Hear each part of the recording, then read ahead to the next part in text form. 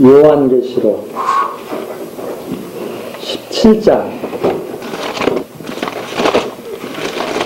4절 해주시겠습니다. 요한계시록 17장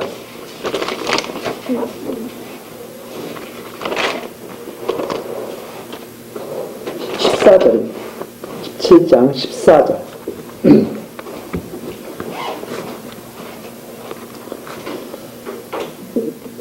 저희가 어린 양으로 더불어 싸우려니와 어린 양은 만주의 주시여 만왕의 왕이시므로 저희를 이기실 터이여 또 그와 함께 있는 자들 곧 부르심을 입고 빼내심을 얻고 진실한 자들은 이기리로다. 네, 한 절 말씀 14절 한 절 말씀 읽었습니다. 이번 시간서부터 우리가 같이 요한계시록을 같이 살펴보도록 그렇게 하겠습니다. 우선 이 요한계시록 하면 많은 사람들이 좀 어렵다고 이렇게 느끼는 경우가 많이 있습니다. 왜 그런가 하면 이 요한계시록을 어떻게 생각하느냐면 장차 일어날 일에 대해서 알려주신 책이다. 그래서 장차 이 요한계시록을 공부하고 나면 앞으로 역사가 어떻게 이루어질지 그리고 어떤 사건이 일어나게 될지 이런 것들을 알 수 있지 않을까 이렇게 많은 사람들이 기대를 하죠. 그리고 기대를 하기 때문에 이 요한계시록을 읽고 이것은 장차 언제 일어날 사건에 대해서 말씀하신 것이지 이 사건은 어떤 사건일까? 이 사건이 언제 어떻게 일어나서 전개가 어떻게 될까? 이런 것들을 자꾸 생각하다 보니까 이제 요한계시록을 읽어도 장래일이니까 아무나 모르는 거죠.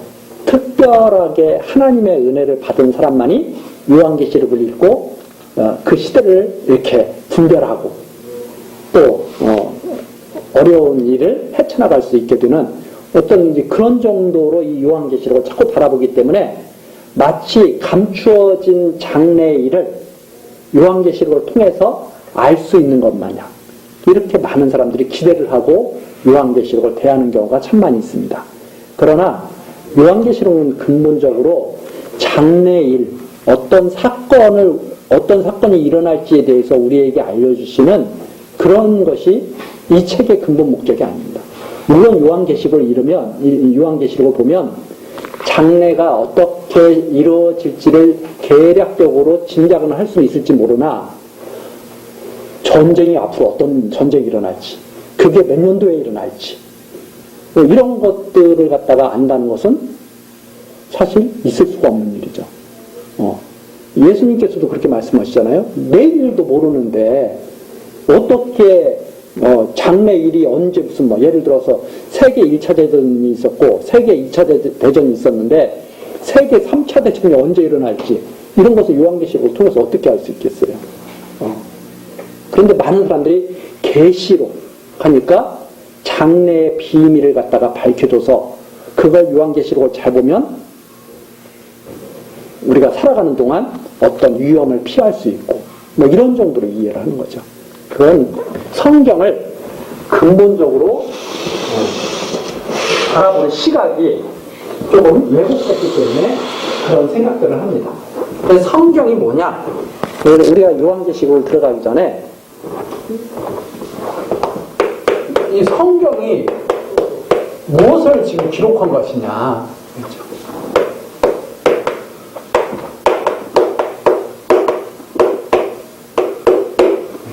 예수님이 그렇게 말씀하시죠. 예수님이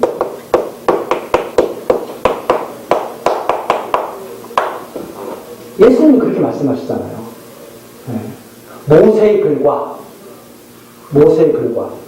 시편과 선지자의 글이 다 나에 대해서 기록한 것이다. 그럼 구약만 그러느냐 이 말입니다. 구약만 그러는 것이 아니라 신약도 마찬가지죠. 예수 그리스도에 대해서 기록하는 거예요. 그러니까 요한계시록을 딱 읽고 예수가 그리스도 맞구나 이렇게 이해를 하면 요한계시록을 아주 가장 정확하게 잘 보는 거예요. 근데 그게 아니라 요한계시록을 딱 공부하고 나서 아, 장래에 이런 일이 일어날 거야. 조금 필터가 잘못된 거죠. 그래서 예수님께서 나에 대해서 기록한 거기 때문에 우리 복음서에도 그렇게 나오잖아요. 예수님께서 제자들을 다 데리고 계속 다니시면서 여러 가지 표적도 보이시고 놀라운 일들을 막 제자들에게 막 보이시죠. 오병이어의 표적도 막 행하시고 문둥병도 막 고치시고. 그리고 나서 예수님이 제자들에게 물어보는 것이 있습니다. 야, 세상 사람들이 나를 누구라 하지? 세상 사람들도 예수님이 하신 일에 대해서 다 들었을 거 아니에요. 다 보기도 하고 누구라고 하지? 하니까 어떤 사람은요 세례 요한이 다시 살아났다고 하기도 하고요, 어떤 사람은 선지자 중에 하나라고도 하기도 하고요, 막 이런저런 얘기들이 많이 있습니다 하고 제자들이 대답을 하니까 예수님이 또 물어보시죠. 너희는 나를 누구라 하느냐?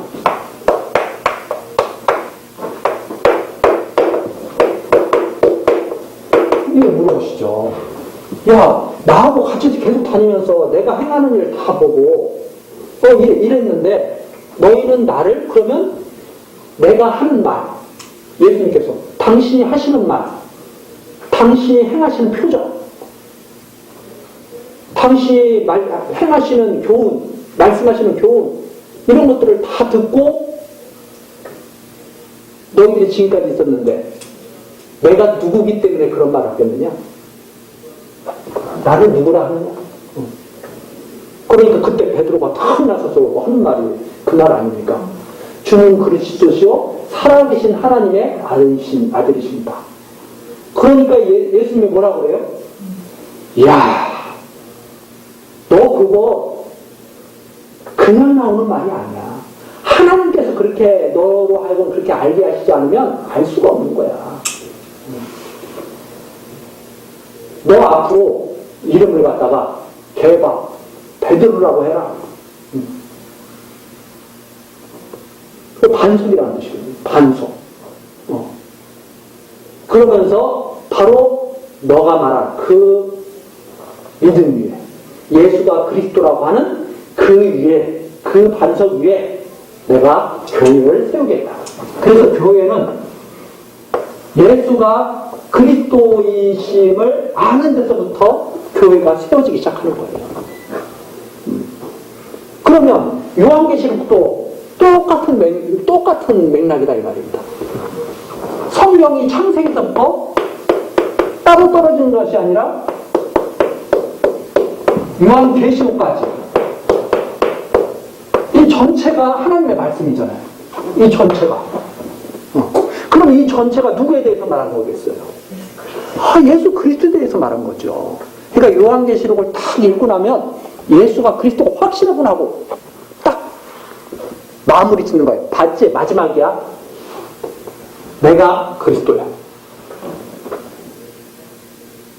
그 요한계시록을 우리들이 딱 공부하고 나면 예수 그리스도에 대한 확신, 그분이 반드시 재림하실 것이다 라고 하는 믿음, 이런 것들로 꽉 차 있어야 제대로 공부를 한 거죠.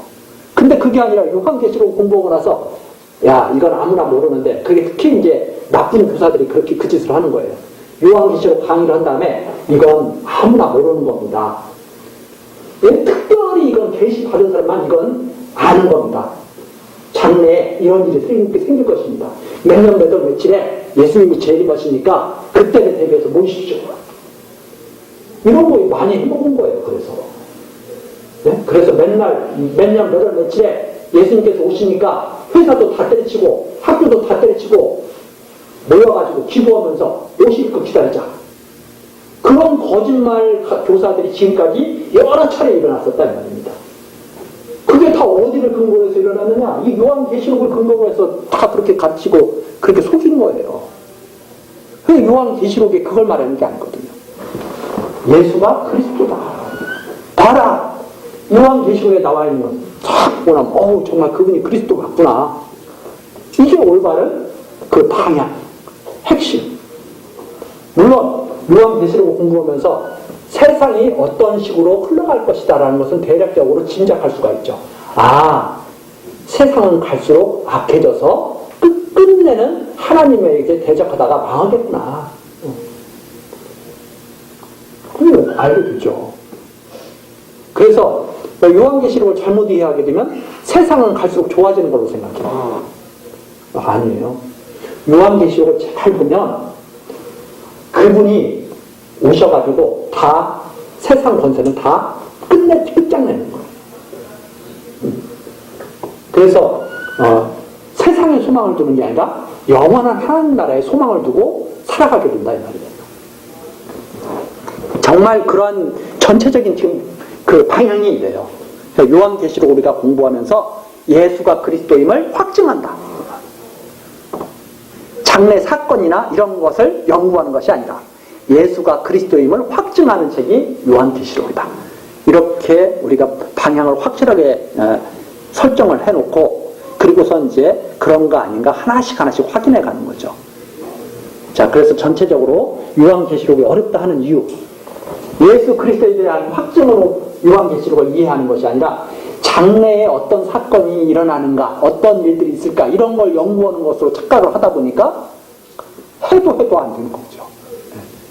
자, 그런 뜻에서 미리 한번 말씀을 드리는 겁니다. 성령께서 사도 요한을 통해서 부활하신 예수가 그리스도이심을 증거케 하시려고 그리스도의 최후 승리와 하나님 나라를 통해서 성취를 보여주시는 것이다.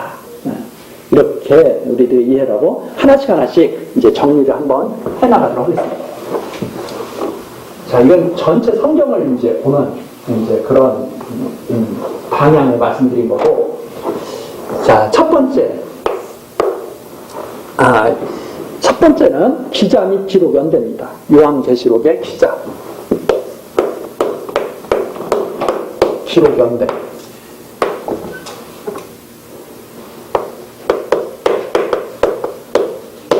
우리가 잘 아는 것처럼 사도 요한이죠.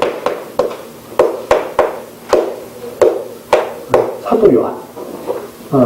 기록 연대는 주 약 90에서 95년경, 5, 6년경, 학자들에 따라서 조금씩 차이는 있지만 정확하지는 않죠. 그러니까 주 약 100년경. 그 사이에 기록되지 않았을까? 사도 요한이 반모섬이라고 하는 에게의 반모섬이라는 곳에 유배를 가게 됩니다. 반모섬. 이 반모섬에 유배를 갔을 때 사도 요한이 기록하지 않았을까? 이렇게 대체적으로 이해를 하고 있습니다.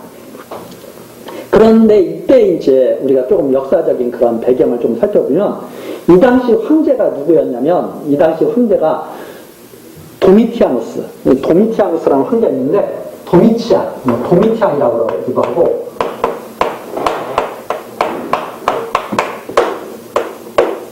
황제가 다스리고 있어요.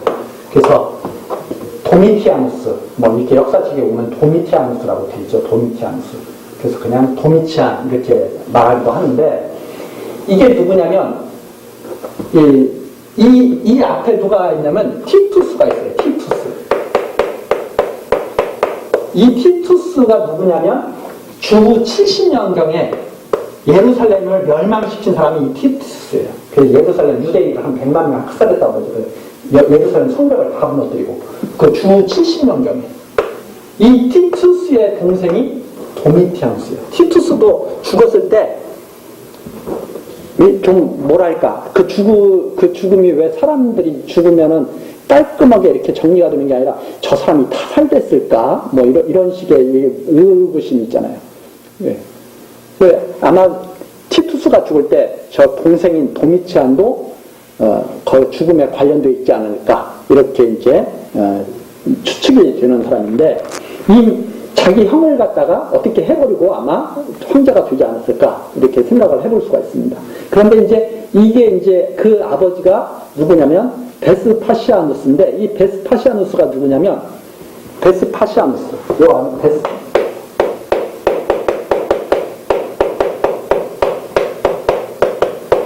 이게 이제 이 황제의 아들이 티투스였고 동생이 도미티안인데 계속 황제를 한 거죠. 이렇게 황제를 하는데 이 앞에 있는 사람이 누구냐면 유명한 이제 이 앞쪽에 있는 사람이 네로 황제가 있어요. 네로 황제가 있고, 그 다음에 네르바가 있고, 네로 황제가 있고, 베스티아누스, 티수스, 도미치안, 이런 식으로 이제 황제들이 딱 이제 이렇게 이루어지게 되는데, 이 네로, 베스파나스, 티투스, 도미치안, 네르바, 이렇게 해서 쭉 연결되죠. 근데 이게 이제 유명한 사람들이 이 네로가 로마 화제를 해가지고 기독교에 대해서 엄청난 박해를 하거든요. 그래서 이것을 갖다가 로마 제국에서 10대 박해가 있는데, 10대 핍박이 있는데, 10번의 기독교에 대한 큰 핍박이 가해져요. 로마 제국에 하여서. 그때 첫 번째로 꼽히는 사람이 이 네로 황제가 첫 번째 핍박을 갖다가, 그 로마가 불탔을 때, 그래서 이건 이제 뭐, 영화로도 많이 나오죠. 코바디스 영화, 코바디스 도미네, 이런 이제 주여 어디로 가시나이까 해서 그 나오는 그 영화가 바로 네로 황제인데, 그때 이제 바울 사도 뭐 이렇게 순교당했다고 그러는데, 거기는 이제 베드로 사도가 순교당하는 걸로 이렇게 나오죠. 그건 조금 역사적으로 조금 여러 가지 이제 문제를 어쨌든 갖고 있습니다. 그러나 이제 일단 영화로는 주여 어디로 가시나이까, 쿠아바디스 도미네 해가지고 그 영화로 이렇게 나오게 되죠. 이때가 1차 핍박이에요. 엄청나게 기독교에 핍박해가지고 영화도 나오는 거 보면 막 불태워 죽이고, 기독교인들을 막 사자에게 그냥 먹이로 막 주고 그렇게 하죠. 그리고 나서 이렇게 이제 황제들 거치잖아요. 이 티투스가 장군이었을 때 예루살렘에 와서 예루살렘을 멸망시키고, 예루살렘 멸망.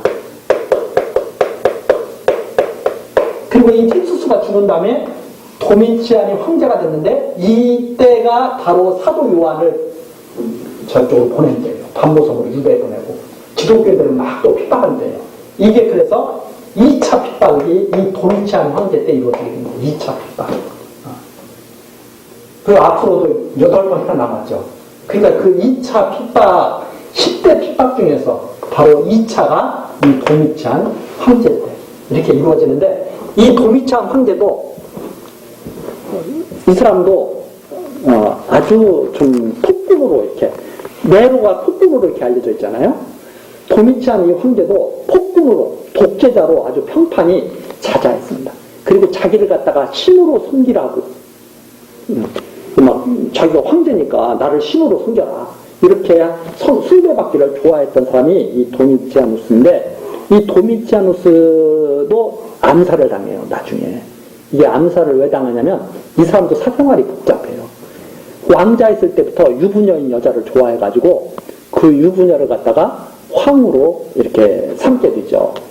근데 이 도미치아누스가 잠깐 이제 이를 보기 위해서 이제 밖으로 이제 나가게 되는데, 그때 이 황후가 바람을 피게 되죠. 그래서 황후를 내쫓아요. 간략하게 황후를 또 내쫓아.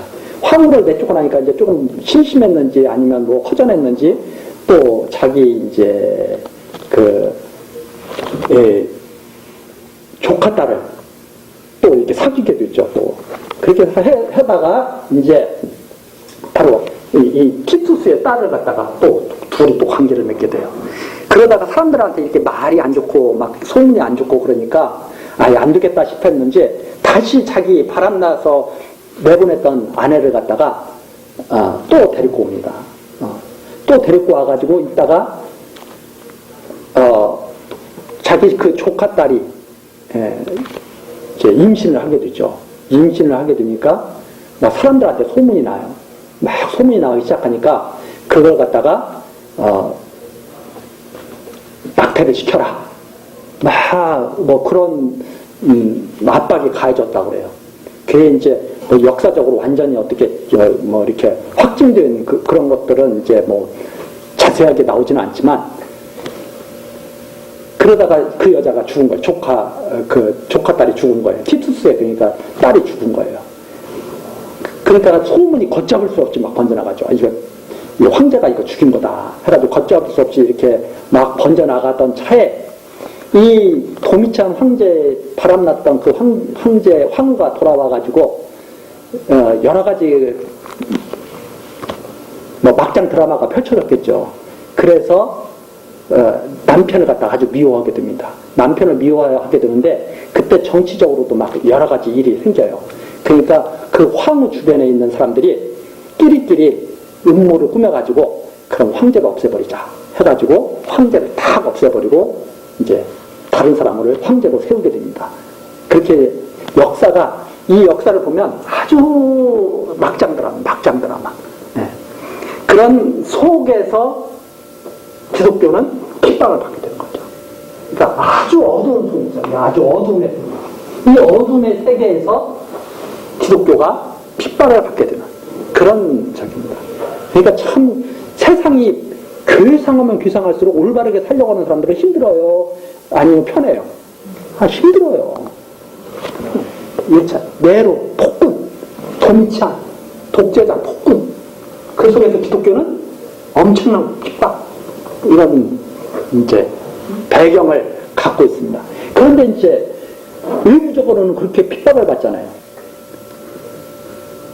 그리고 기독교인들은 또 어떤 오해를 받냐면 이 기독교인들은 무신론자야 또 이렇게 오해를 받아요. 왜냐하면 로마는 황제도 신이라고 그러죠. 자기도 신이라고 그러죠. 로마의 신화에 보면 로마 신화에 보면 신들이 많습니까 없습니까? 로마 신화에 보면 뭐 제우스서부터 시작해가지고 뭐 아폴론 신들이 보통 많은 게 아니에요. 포세이돈 기독교인들이 황제를 신으로 섬기겠어요? 안 섬기겠어요? 안 섬겨요. 기독교인들이 로마 신화에 나오는 제우스 신 섬기겠어요? 안 섬기겠어요? 안 섬겨요. 바다의 신 포세이돈 섬기겠습니까? 안 섬기겠어요? 안 섬겨요. 그 당시 로마 시민들은 다 어떠겠어요? 다 섬겨요. 기독교인들은 안 섬겨요. 그러니까 사람들이 기독교인들을 어떻게 생각하냐면 기독교인들은 신도 섬기지 않는 이런 무신론자, 아주 나쁜 놈들. 그 당시 그래도 신을 섬기지 않으니까 나쁜 사람 취급한 거죠. 지금은 신을 섬기지 않아도 나쁜 사람은 취급을 안 줘. 근데 기독교는 신을 섬기지 않는 게 아니라 참 하나님만 섬기는 거죠. 참신. 여기만 완전히 달라. 이건 우상. 이건 우상. 이건 가짜. 근데 이런 걸 우리 안 섬긴다. 우리는 하나님만 섬긴다. 예수 그리스도만 섬긴다. 기독교인들이 이랬던 거예요. 그런데 많은 사람들은 다 이것만 섬기니까. 그리고 이 사람들은 또 뭐라고 하냐면 하나님도 섬기게. 이러니까. 그 사람들이 봤을 때는 자기네들은 마음도 넓고 그냥 경건하게 신을 섬겨요. 제우스도 섬기지, 포세이돈도 섬기지, 아폴론도 섬기지, 하나님도 섬기지. 우리는 다 해. 기독교인들은 다 않고 오직 하나님만 섬기는 거예요. 기독교인들이 싸가지가 있는 사람들이라고 생각하겠어요? 싸가지가 없는 사람들이라고 생각하겠어요? 싸가지가 없다고 해요. 지금도 그런 기운이 있을까요? 없을까요? 있어요. 지금도 그런 기운이 있는 거예요.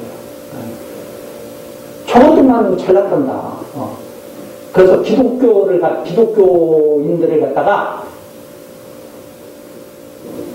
제3행위죠. 이건 우리 형은 조금 저것들은 따로 별나라 보내거나 달나라 보내야 돼, 저건. 이런 정도로 생각 취급받았던 것이 그 당시. 그래서 많은 오해가 있어요.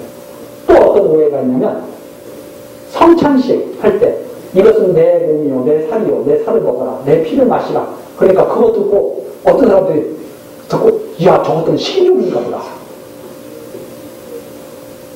그 다음에 또 어떤 오해가 있었냐면, 거룩한 입맞춤으로 서로 무난하라. 저것들은 동성애를 하나, 저것들은 남녀 구별이 없이 저것들은 난리다, 물란하다. 이런 오해들이 다 봅니다. 왜 있잖아요. 요즘에도 우리나라도 없는 거 막 이렇게 해서 가짜 댓글 해가지고 한 거 지금 난리가 나고 있잖아요. 다 퍼뜨리는 거예요. 기독교인들 문제가 있다. 그렇게 해서 기독교인들이 핍박받을 수가 있어요. 기독교인들이 불냈다더라.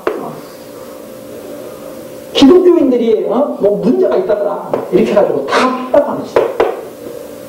그 시대를 배경으로 하고 있다 이제. 그러니까 기독교인들이 힘들겠어요? 안 힘들겠어요? 엄청나게 힘들었어요. 그 다음에 여기를 또 보시면 90에서 95년경이라고 그랬잖아요. 주약 100년경이라고 그랬잖아요.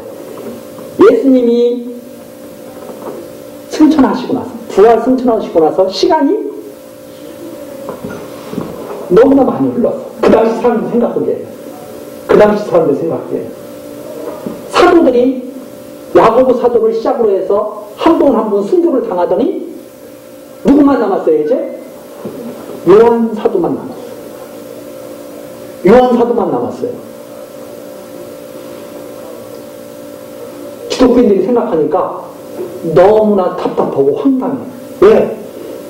복음을 전하던 사도들이 무참하게 이런 악한 사람들에 의해서 죽어갔다 이 말입니다. 그런데 예수님은 오셔야 안 오셔요? 승천하셔가지고 다시 오신다고 그러더니 오시지는 않아. 그런데 그 당시 많은 사람들이 어떻게 생각했냐면 오실 때가 됐는데 이제 요한 사도가 죽으면 사도들이 다 없어지는데 마음이 급하기도 하고 실망하는 사람들이 생겨나기도 하고 그랬을 거예요. 특히 우리가 무엇을 본 말씀이냐면 요한복음에 가서 한번 보겠습니다.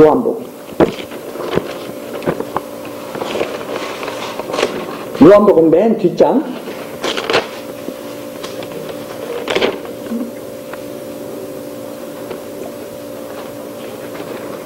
요한복음 맨 뒷장에 한번 21장이죠. 21장 17절서부터 한번 보시겠습니다. 21장 17절. 세 번째 가라사대 요한의 아들 시몬아 내가 나를 사랑하느냐 하시니 주께서 세 번째 내가 나를 사랑하느냐 하심으로 베드로가 근심하여 가로되 주여 모든 것을 아시오매 내가 주를 사랑하는 줄을 주께서 아시나이다. 예수께서 가라사대 내 양을 먹이라. 내가 진실로 내게 이르노니 젊어서는 내가 스스로 띠뛰고 원하는 곳으로 다녔거니와 늙어서는 내 팔을 벌리리니 남이 너를 띠띠우고 원치 아니하는 곳으로 데려가리라. 이 말씀을 하심은 베드로가 어떠한 죽음으로 하나님께 영광을 돌릴 것을 가리키시니라.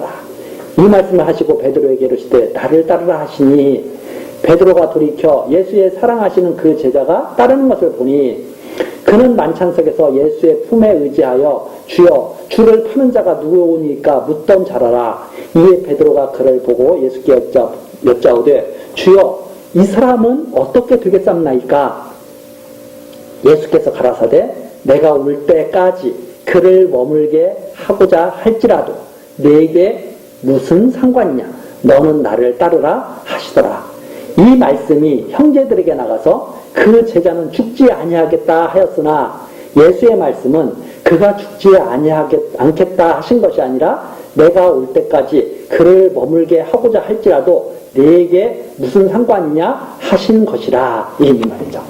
이게 무슨 말이냐면 예수님께서 이제 승천하시기 전에 마지막으로 베드로에게 부탁하시는 거잖아요.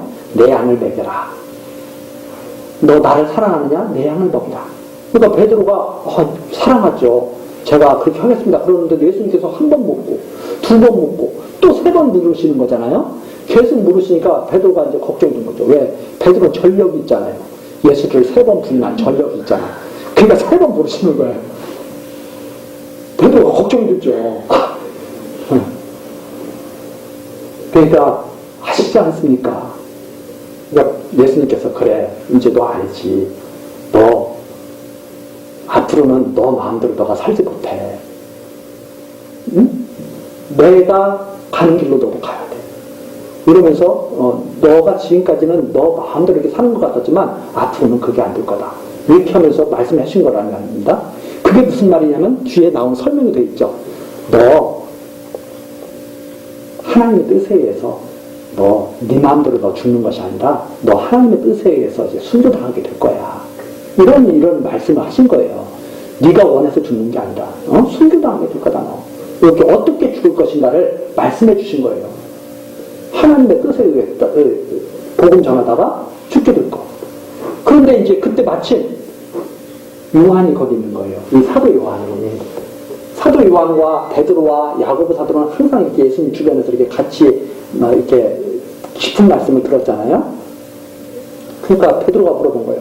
저는 그럼 그렇게 죽는다고 하셨으니까 그렇게 될 거고 그러면 요한은 어떻게 될까요? 하고 물어보니까 예수님이 야, 너 남의 일을 너 그렇게 생각해. 너 일을 생각하면 되지. 이게 기독교의 기본이거든요. 기독교는 뭐냐면 남을 참견하는 게 아니에요. 남은 어떻게 살던가, 남은 예를 들어서 예수를 믿던 믿지 않던 그건 나하고 아무 상관은 없어요. 나를 인도하시는 대로 나는 가는 거예요. 그냥 다른 사람을 어떻게 인도하시고 어떻게 쓰시는지 그것은 내가 알 필요도 없고 안다고 해도 바꿀 수도 없어요. 그 베드로가 그걸 물어본 거예요. 요한은 어떻게 되겠습니까? 예수님께서 야 베드로야, 요한은 내가 올 때까지 남겨둔다고 하더라도 너가 상관할 거 아니잖아. 이렇게 말씀하신 거예요. 그런데 그 말이 바깥으로 어떻게 와전돼서 전해지게 됐냐면 사도 요한은 예수님 재림하실 때까지 살아있겠다더라. 이렇게 와전돼서 나간 거예요. 그런데 사도 요한이 지금 나이가 어떻게 되겠어요, 이제?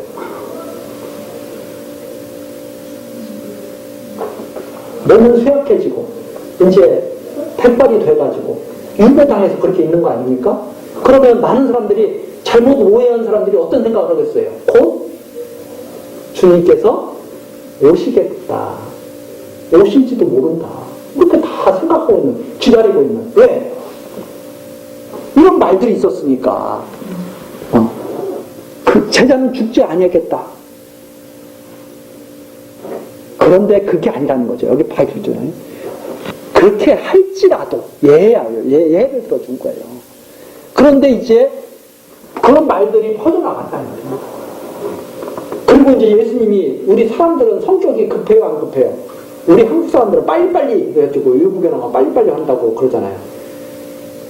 우리가 급한데 아무리 안 급한 느긋한 사람들도 이렇게 세월이 많이 흘렀으니까 예수님이 언제 오실라나 기다리는 사람들이 생기는 거죠. 왜? 때와 그런 것들을 사람들에게 알게 하셨어요? 모르게 하셨어요? 다 모르게 하셨거든요. 다 모르게 하셨는데 그런 말을 들은 사람들, 그 오해한 사람들이 곧 온다. 또 그때 우리 시대에도 있었잖아요. 1999년도에 예수님 오신다. 무슨 선교회, 땡땡 선교회 해가지고 사람들 막 다 불러모아서 지하에 막 그 공동생활하면서 오셨어요? 안 오셨어요? 그러면 거기가 다 없어져야 되잖아요. 지도자들도 다 없어져야 되고. 그러면 또 모여. 또 그런 사람들이 또 모여. 또. 그래가지고 또 온다고 또 난리치고. 휴가 안 당하면 뭐 큰일 난다고 그러고. 이 땅에서 막 엄청난 재앙 당한다고 그러고. 그래서 그런 오해들을 하고 있는 그런 사람들도 있었을 것이다. 이 말입니다. 사도 시대가 저문 시기. 그래서 많은 교인들이 불안해하고 답답해하고 이런 시기였을 것이다. 그거 참 그거죠. 그러나 우리가 생각할 때 모세 시대가 끝나면 여호수아 시대가 열리잖아요. 그렇죠? 모세의 시대가 끝나면 여호수아의 시대가 열리는 거예요. 믿음의 사람들은 아무 일 없이 그대로 가. 왜? 그대로 믿음 따라서 가니까. 근데 많은 사람들은 그러면 이제는 큰일 날 줄로 생각하고 두려워하고 그런다는 말입니다. 마찬가지예요. 사도가 이제 딱 하나님께 부름받고 나면 이제는 성령께서 온전히 교회를 갖다가 주관하시는 시대가 이제 시작되는 거죠. 그래서 이제 마지막으로 사도 요한이 이제 하나님 앞에 부름받기 전에 계시를 통해서 온전한 교회 시대에 대한 그러한 것을 밝혀줌으로써 예수가 그리스도라는 사실을 증거하시는 것이 바로 이 책의 근본 그런 방향이다. 이렇게 우리가 이해할 수가 있는 거죠. 자, 이제 어떻게 하실 거냐? 이 교회가 어떻게 하실 거냐? 성령께서 온전히 교회를 주관하시는 그런 시대가 드디어 열리게 된 것이죠. 자, 그래서 이런 많은 근심과 재림에 대한 그런 아주 지나친 기대 속에서 혼란이 가중되던 때 바로 이 말씀이 전해짐으로 말미암아서 사람들로 하여금 그런 잘못된 것들을 온전히 바로 잡고, 그리고 교회가 튼튼히 쓰고 믿음을 잃지 않고 장래 소망을 가지고 하나님 나라에 대한 소망을 가지고 살아갈 수 있도록 기록된 책이 바로 이 요한계시록이다. 이렇게 이제 우리가 생각을 할 수가 있죠. 자, 그래서 이런 배경 속에서 우리가 요한계시록을 좀 이해를 해야 되고, 그래서 이 요한계시록이 이런 배경 속에서 있다 보니까 여러 가지 상징적인 것들이 막 가끔가다 나오죠. 상징적인 것들이 가끔가다 나오는데, 특히 숫자로 보면, 숫자 같은 것을 보면 이런 7자가 많아요. 7. 숫자. 7교회. 7대적. 7나팔. 그럼 7, 1. 여러 가지 이런 7자가 많이 나오죠. 그 다음에 천년 동안 왕노를 한다. 천이라고 하는 거. 이런 숫자들. 그럼 특히 가장 많이 나오는 게 이 7이에요. 이 7은 우리가 처음 창세기 시작할 때부터 첫째 날, 둘째 날, 여섯째 날, 일곱째 날 안식. 그래서 완전 그런 어떤 완전성 이런 것들을 상징하고 있죠. 그래서 재앙, 예를 들어서 7나팔, 7개 일곱인 이렇게 했을 때 완전한 하나님의 권능, 심판 이런 것들이 상징적으로 보여지게 돼요. 그래서 이런 요한계시록은 어떻게 보면 이런 완전하게 이 세상 섭리에 대해서 보여준 하나님의 그런 능력을 보여준 그런 것들이 나온다. 그래서 이 요한계시록을 보면 그리스도의 완전한 권능, 심판, 승리 이런 것들을 우리가 볼 수가 있죠.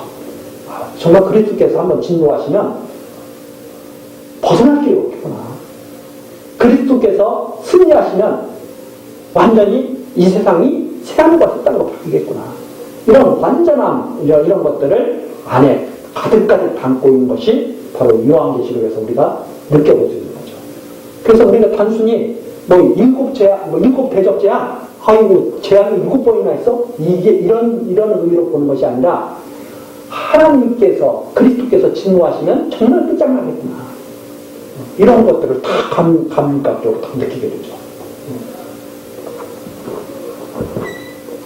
그런데 많은 사람들이 그렇게 이야기보다는 첫 번째 재앙은 뭘까? 요즘에 미세먼지가 많은데 이건 몇 번째 재앙에 속할까? 이런 식으로 이해를 하려고 그러니까 힘든 거죠. 자, 그래서 이런 것들이 조금 또 한번 우리들이 생각을 해가지고 두 번째, 자, 기자와 기록연대, 이 기록연대를 통해서 역사적 배경을 한번 간략하게 이렇게 로마를 중심으로 해서 우리가 한번 살펴봤고, 두 번째 주제, 요점.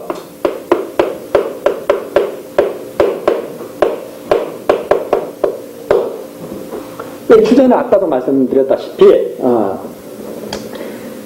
그리스도의 최후 승리입니다. 그리스도의 최후 승리. 이게 이제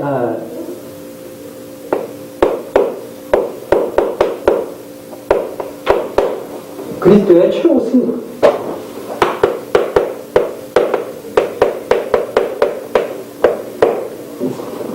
여기 사실은 취임자를 안 넣을까 그러다가 제가 이렇게 좀 넣었는데, 마지막 승리죠. 그러니까 완전히 쓰는 거예요. 그리스도의 최후 승리와 하나님 나라. 그리스도께서 최후 승리하면 하나님 나라가 이루어지게 되죠.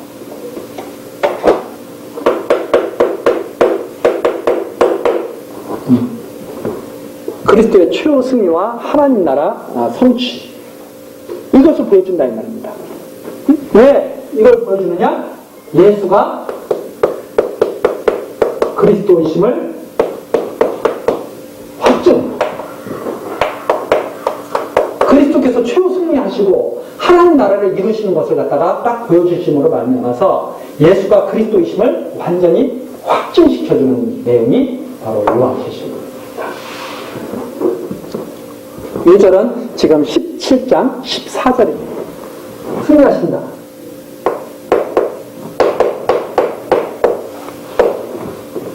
대적들이 덤벼들지만 그러나 그리스도께서 승리하시고 그리스도와 함께한 백성들이 이길 것이다.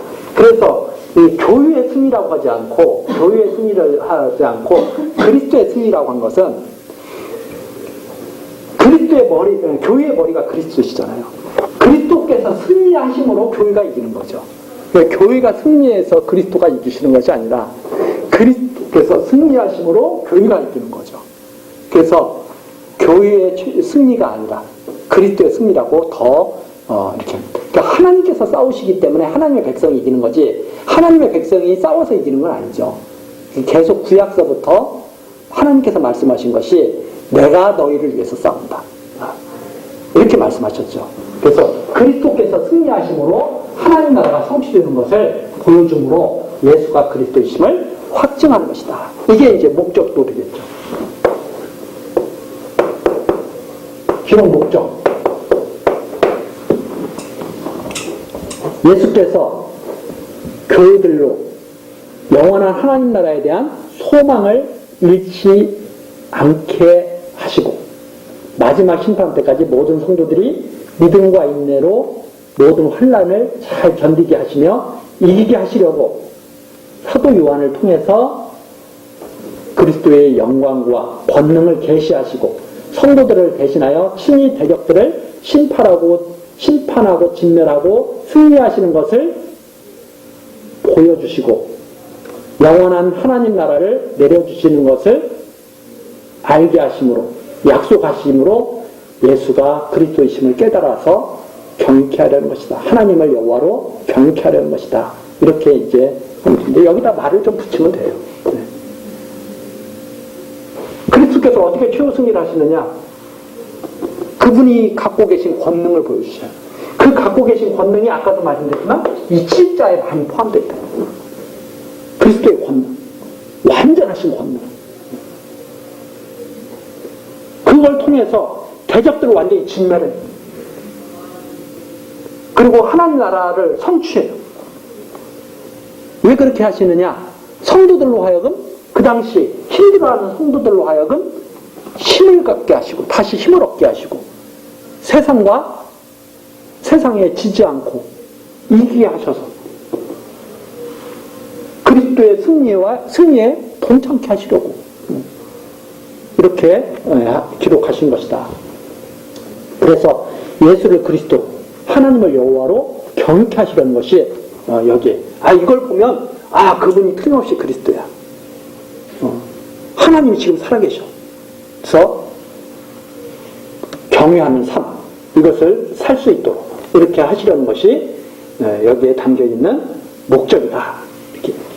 그 다음 네 번째로 이제 내용을 이제 크게 살펴봅니다.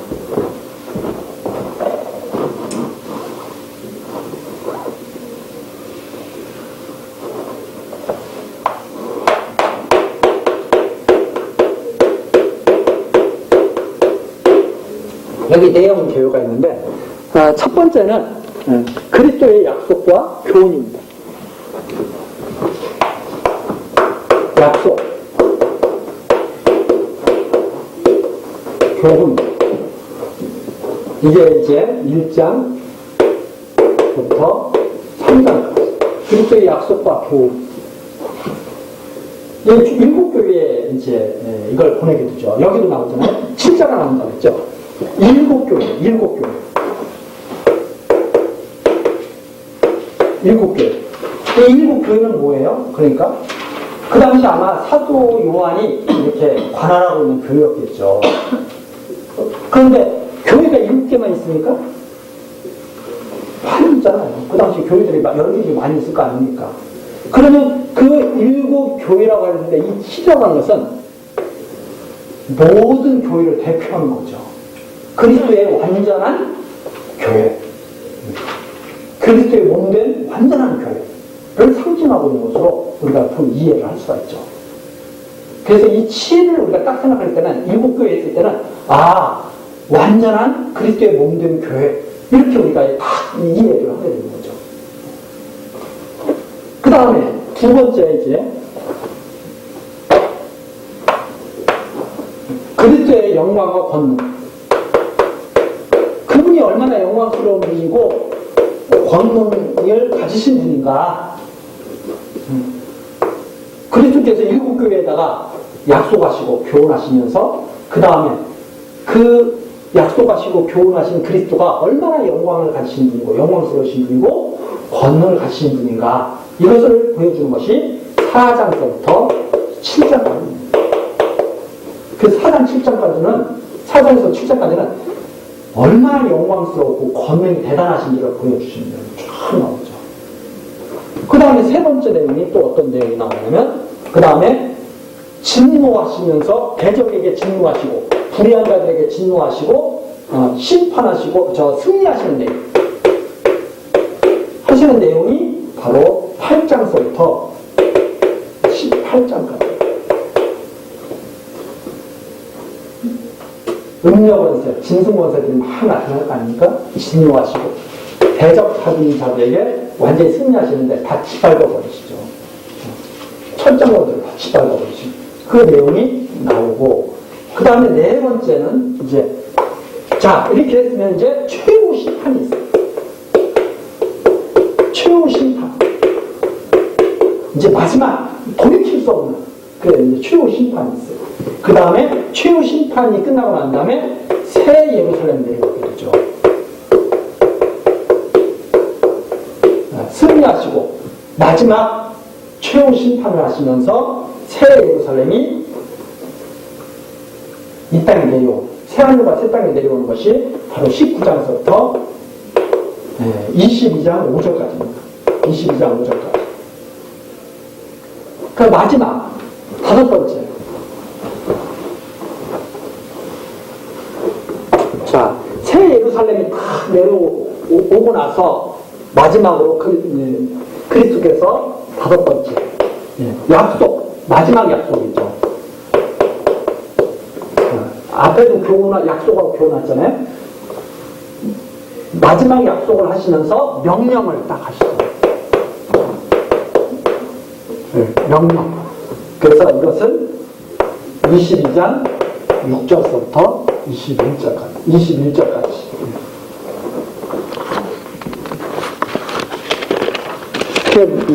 마지막 어떤 약속을 하시는가? 맨 뒤에 가서 22장 6절부터 잠깐 한번 보시면 있죠.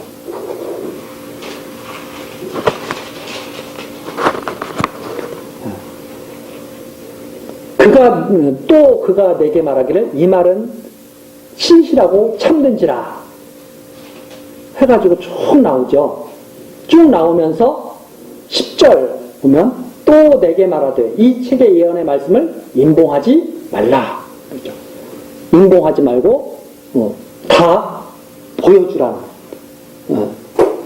그런 명령이죠. 그런데 이제 그 구약에 보면 예레미야 선지자든가 이런 경우에는 책을 임봉하라 이렇게 이런 것들도 나오죠. 그러니까 어떤 것은 보여주지 알지 못하게 이렇게 하는 것도 있지만 어떤 것은 이렇게 딱 보여주도록, 근데 여기는 보여주도록 그렇게 딱 하죠. 그리고서 또 약속을 12절 같은 경우 이렇게 약속하시죠. 보라 내가 속히 오리니 내가 줄 상이 있어 각 사람에게 그의 일한 대로 갚아주리라. 이런 말씀들 이게 쭉 나오죠. 그래서 요한계시록이 이렇게 이제 마무리가 되게 됩니다.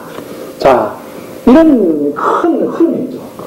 그래서 다 이거 보시면 알겠지만 그리스도께서 약속하시고 교훈하시고 당신의 영광과 권능을 보여주시고 진노하시고 승리하는 모습을 보여주시고 최후 심판과 예루살렘 새하늘과 새 땅 예루살렘이 내려오는 모습을 보여주심으로 말미암아서 당신이 부활하신 예수가 바로 그리스도라는 사실을 증거한다 이 말이에요. 봐라. 이렇게 장차 이 일을 이제 아직 이루어졌고 이루어지고 있고 이루어질 일들이에요. 아직 심판이 이 땅에 오지가 않았으니까.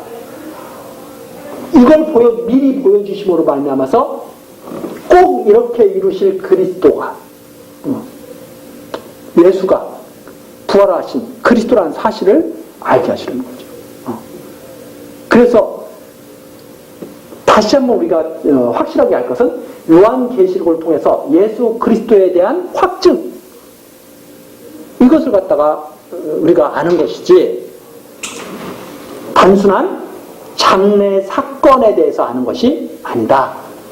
이렇게 우리가 다시 한번 정리를 하고 이번 시간 마치겠습니다. 제가 이렇게 이제 이번 시간에 이렇게 서론을 조금 길게 한 것은 이제 추석 명절이 있어가지고 또 10여 이상 또 쉬시잖아요. 또 그러면 이제 중간에 또 이렇게 조금 강론을 나가다 보면 다시 또 가물가물 하실 수가 있기 때문에 그냥 서론 정도로 다른 거 다 잊어버리셔도 요한계시록은 예수 그리스도에 대한 말씀이야. 그거 한 가지 다 기억하고 다음 시간 계속 같이 우리들이 공부하도록 하겠습니다. 기도하시겠습니다. 사랑과 자비가 풍성하신 하나님 아버지, 날마다 우리들에게 베풀어 주신 은혜에 감사드립니다. 이제 오늘 저녁부터 우리들이 함께 모여 사도 요한이 기록한 요한계시록을 우리들이 살펴보게 되었습니다. 하나님, 사람의 지혜로 이 계시록을 대하지 않게 하시고 오직 성령께서 인도하시는 대로, 성령께서 감동하시는 대로 우리들이 요한계시록을 읽고 그 깊으신 뜻을 우리들이 깨달아 알게 하옵소서. 하나님께서 정하신 뜻대로 이 모든 세상이 이루어지고 있는 줄 우리들 믿고 있습니다. 하나님께서 그 크신 영광을 이 요한계시록을 통하여 우리들로 보게 하시고, 그리고 하나님을 잘 경외하는 주의 백성들 되도록 지켜주옵소서. 하나님께 모든 지혜와 총명을 부탁드리오며 예수 그리스도의 이름으로 기도드리옵나이다. 아멘.